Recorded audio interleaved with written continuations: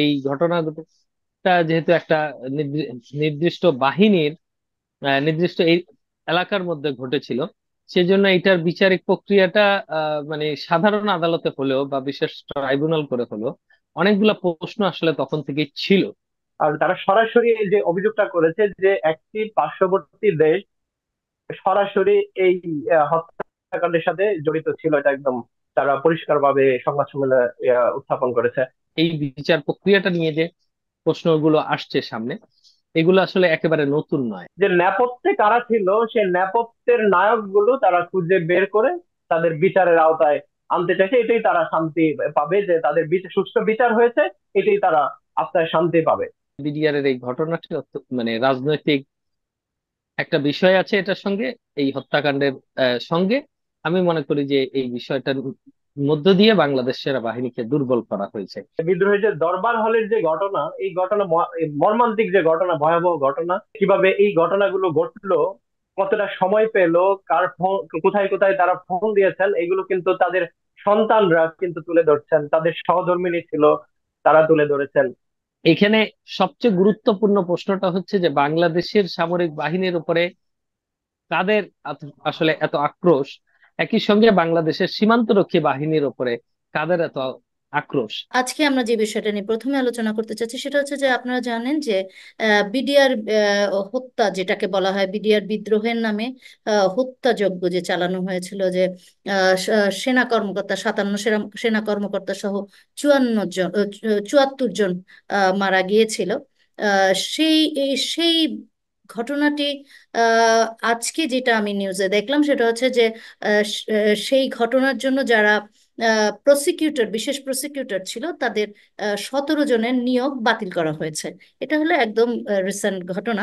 So এই এই ঘটনা কিন্তু সেই ঘটেছে যে 2009 সালে, 25 এবং 26 ফেব্রুয়ারি। কিন্তু এরপরও এটা কিন্তু দুইটা মামলা হয়েছিল। আপনারা দুজনেই জানেন যে একটা হলো হত্যা মামলা আর একটা হলো বিস্ফোরক আইনে মামলা হয়েছিল। এবং 2013 সালে কিন্তু হত্যা মামলার রায়ও হয়েছিল। রায়ের মধ্যে বিচার কাজ শেষ হয়ে সেখানে প্রায় 152 জনের ফাঁসি হয়েছিল, 160 জনের যাবজ্জীবন, এবং বিভিন্ন মেয়াদে বিভিন্ন জনকে কারাদণ্ড দেওয়া হয়েছে, এবং খালাসও পেয়েছিল 278 জন।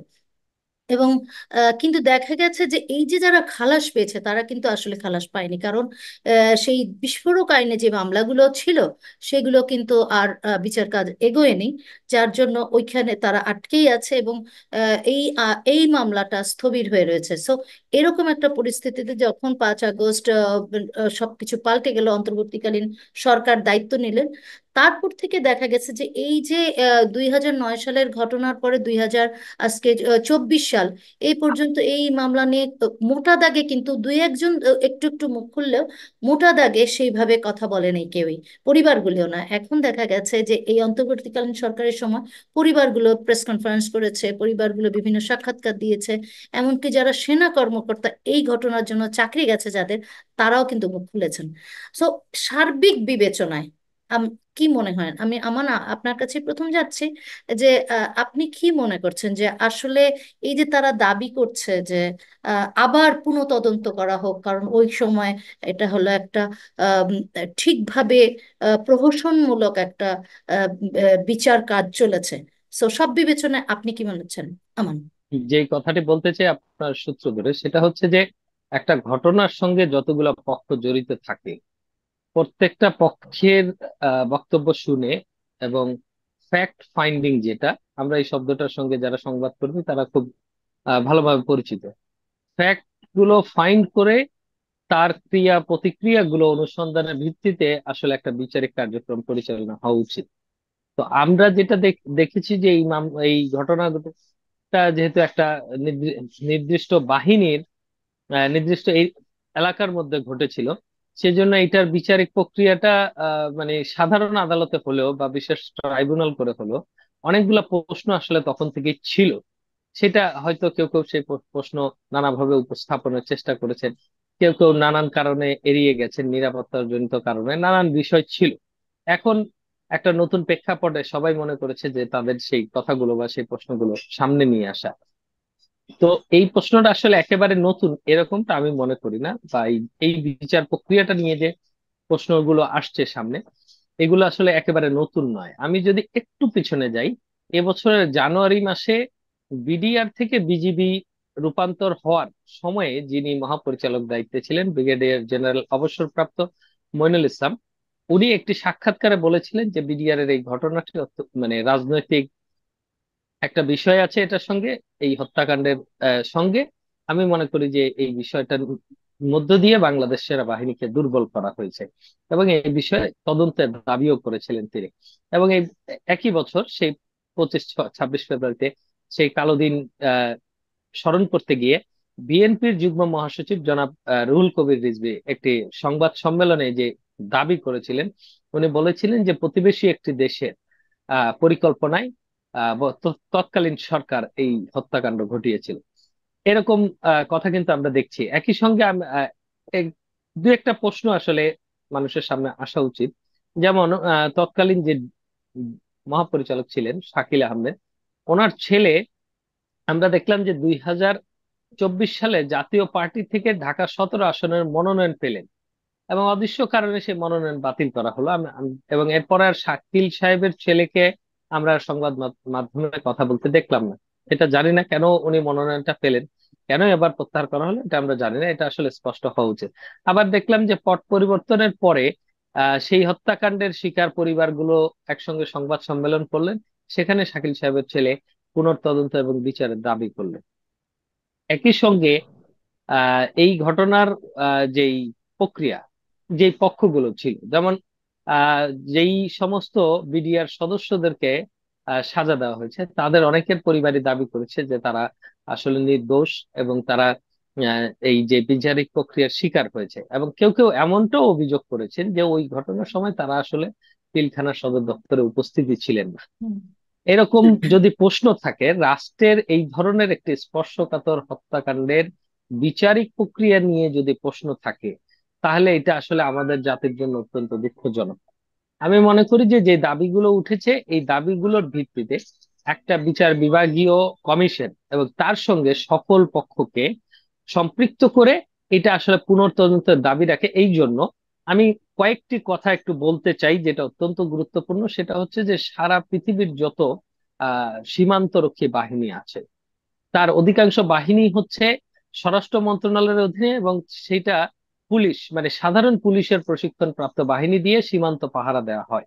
একমাত্র বাংলাদেশের যে সীমান্তরক্ষী বাহিনী, এই বাহিনীর প্রশিক্ষক হচ্ছে সামরিক বাহিনী, এবং তাদের পরিচালনায়ও সামরিক বাহিনীর শীর্ষ কর্মকর্তারা ডেপুটেশনে দায়িত্ব পালন করে। এবং এইটা নিয়ে স্বাধীনতা উত্তরকালে কখনোই খুব বড় ধরনের অভিযোগ আসার সুযোগ আমরা দেখিনি। এর মধ্য দিয়ে যেটা হয়েছে, বাংলাদেশের বর্ডার গার্ডকে বা সীমান্তরক্ষী বাহিনীকে আধা সামরিক বাহিনী বলা যায়, যেটা দক্ষিণ এশিয়ার অন্যান্য সীমান্তরক্ষী বাহিনীর চাইতে অনেক বেশি সক্ষম একটি বাহিনী ছিল। হুম। তো এইটার পেছনে আমার এখনো স্পষ্ট মনে আছে, সেই 2009 সালের ফেব্রুয়ারির শেষ সপ্তাহে অথবা মার্চের প্রথম সপ্তাহে সাপ্তাহিক প্রতীকচিত্র যে পত্রিকা ছিল, সেই পত্রিকার একটি কাভার স্টোরি করা হয়েছিল এই ঘটনা নিয়ে, এবং সেই সেই স্টোরিতে কতগুলা প্রশ্ন উপস্থাপন করা হয়েছিল যে বাংলাদেশের সীমান্তরক্ষী বাহিনী আসলে দুর্বল হয়ে গেলে কাদের লাভ, এবং কেন এই ধরনের ঘটনা, এই বিদ্রোহের নামে কেন 57 জন সেনা কর্মকর্তাকে হত্যা করা হলো, এটার গভীরে যাওয়া উচিত। বা এটার একটা মানে লাভ লসের, লাভ নিচ্ছে কোন পক্ষ, এটা হুম। খুঁজে দেখা উচিত। এটা Right. শুধুমাত্র বিদ্রোহের মধ্যে সীমাবদ্ধ ছিল না। হুম। এরকম অজস্র প্রশ্ন আছে। আমরা জানি যে তৎকালীন আইজিপি, তিনি পরবর্তী সময়ে আওয়ামী লীগের মনোনয়নে সংসদ সদস্য নির্বাচিত হয়েছেন, এবং ওই বিডিআর এর ওই ঘটনায় ওনার মেয়ের জামাতাও হত্যাকাণ্ডের শিকার হয়েছিলেন, এটাও আমরা জানি। তো যেই প্রশ্নগুলো ব্যারিস্টার মইনুল সাহেব করেছেন, সরি, মেজর জেনারেল মইনুল সাহেব করেছেন এই জানুয়ারিতে, ফেব্রুয়ারি মাসে করেছেন বিএনপির যুগ্ম মহাসচিব, তারপর আমরা দেখছি ধারাবাহিকভাবে এই প্রশ্নগুলো আসছে। শুধু একটা পক্ষের থেকে প্রশ্নটা আসেনি, সেটা হচ্ছে যারা সাজা পেয়েছেন, সাজাপ্রাপ্ত পরিবারগুলোর কাছ থেকে কোনো কথা এখনো কিন্তু সংবাদ মাধ্যমে ওইভাবে উঠে আসেনি। তো আমি মনে করি যে শুধু তারা নয়, এই ঘটনার সঙ্গে ওই এলাকায় যখন তারা ছিলেন, বিশেষ করে বাহিনীর, তাদের সঙ্গেও কথা বলার দরকার আছে। একই সঙ্গে স্থানীয়দের সঙ্গেও কথা বলার দরকার আছে। আমরা দেখেছি যে কিভাবে কি নির্মম ভাবে হত্যাকাণ্ডের শিকার হয়েছে, অনেকের মরদেহ সেই বুড়িগঙ্গায় ভেসে উঠতে আমরা দেখেছি। এবং সুয়ারেজ লাইনে ফেলে দেওয়া হয়েছে, ড্রেনের ভিতরে ফেলে দেওয়া হয়েছে, এবং ঘটনার ভয়াবহতা সম্পর্কে শুরুতে বোঝা যায়নি, ধীরে ধীরে বিষয়গুলো সামনে আসছিল। তো এখানে সবচেয়ে গুরুত্বপূর্ণ প্রশ্নটা হচ্ছে যে বাংলাদেশের সামরিক বাহিনীর উপরে কাদের আসলে এত আক্রোশ, একই সঙ্গে বাংলাদেশের সীমান্তরক্ষী বাহিনীর উপরে কাদের এত আক্রোশ, এইটা খুঁজে দেখা যেমন জরুরি জরুরি, একই সঙ্গে হচ্ছে এই হত্যাকাণ্ডের সঙ্গে প্রত্যক্ষ এবং পরোক্ষভাবে কারা জড়িত। কারণ এটা নিয়ে অনেকেই প্রশ্ন তুলছে। আমরা দেখেছি যে তৎকালীন সেনাপ্রধান দেশের বাইরে থেকে একটি সাক্ষাৎকারে এই ঘটনার পুনঃ এর মধ্যে তদন্ত দাবি দিয়েছেন করেছে, এবং এই জেনারেল তদন্তটা মইনুল আহমেদ। তদন্তটা ত্রুটিপূর্ণ, জেনারেল মইনু আহমেদ।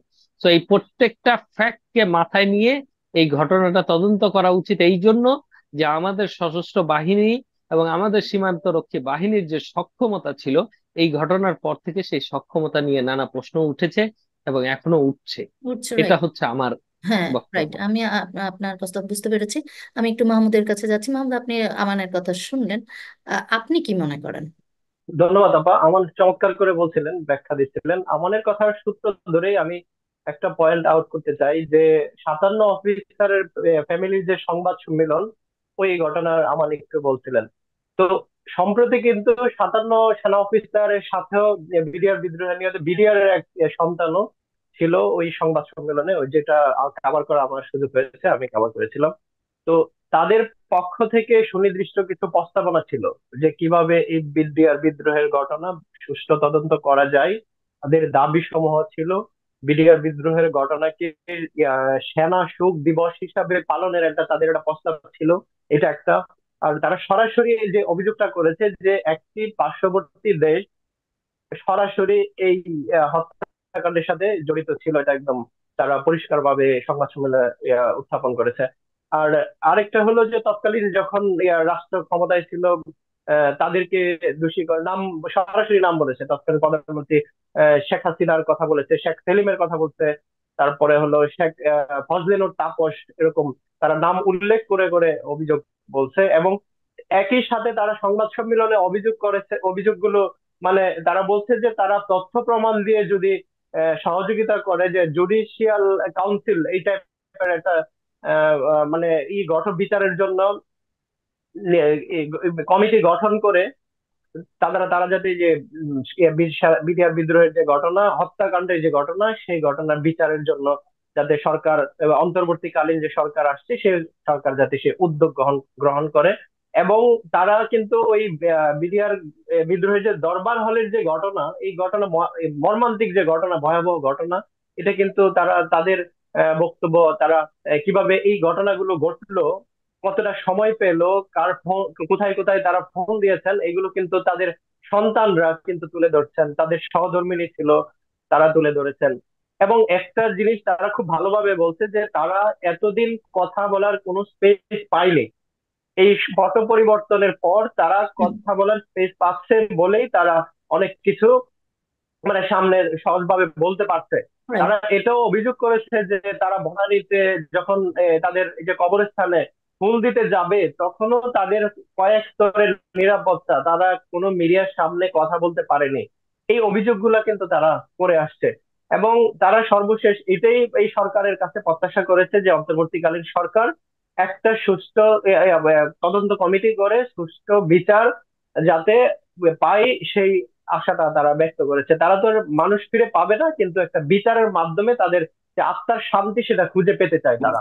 আর আরেকটা বিষয় হলো যে যারা এই যে ডাল ভাত কর্মসূচি, যে এই কর্মসূচির নামে যে একটি এত সুন্দর একটা সুশৃঙ্খল বাহিনীকে, বাংলাদেশের যে সীমান্ত রক্ষা বাহিনী, চৌকুশ একটা বাহিনীকে তারা মানে নেতৃত্বকে ধ্বংস করে দিয়েছে, এটা এটা নিয়ে কিন্তু তারা খুবই উদ্বিগ্ন ছিল যে এটা তো দেশের উপরে আঘাত, এটা কেন রাষ্ট্র তখন বিভিন্ন মোড়কে এটাকে মানে ধামাচাপা দিতে চাইছে, এটা নিয়েও তারা কিন্তু অনেক বেশি, তারা একটা বড় একটা প্রপোজাল দিয়েছে।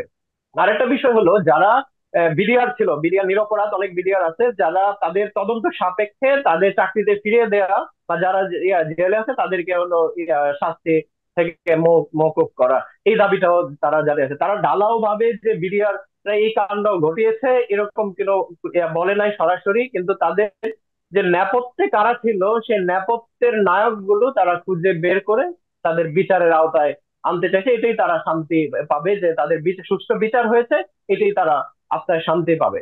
Right. জি আপা। বুঝতে পেরেছি আমি। এবং সবচেয়ে মানে আশার কথা হচ্ছে যে এখন আমাদের যে স্বরাষ্ট্র উপদেষ্টা লেফটেন্যান্ট জেনারেল অবসরপ্রাপ্ত মোহাম্মদ জাহাঙ্গীর আলম চৌধুরী, তিনি কিন্তু এই বিডিআর বিদ্রোহের তখন তদন্ত একটা যে হয়েছিল, তিনি কিন্তু ওই আর্মির থেকে তাকে কমিটি, দেওয়া তদন্ত হচ্ছিল। কমিটির প্রধান ছিলেন। হ্যাঁ, রাইট। সো এখন আমি তিনি নিশ্চয়ই তার যে রিপোর্টটা, তদন্ত রিপোর্টটা তিনি প্রকাশ করতে পারেননি।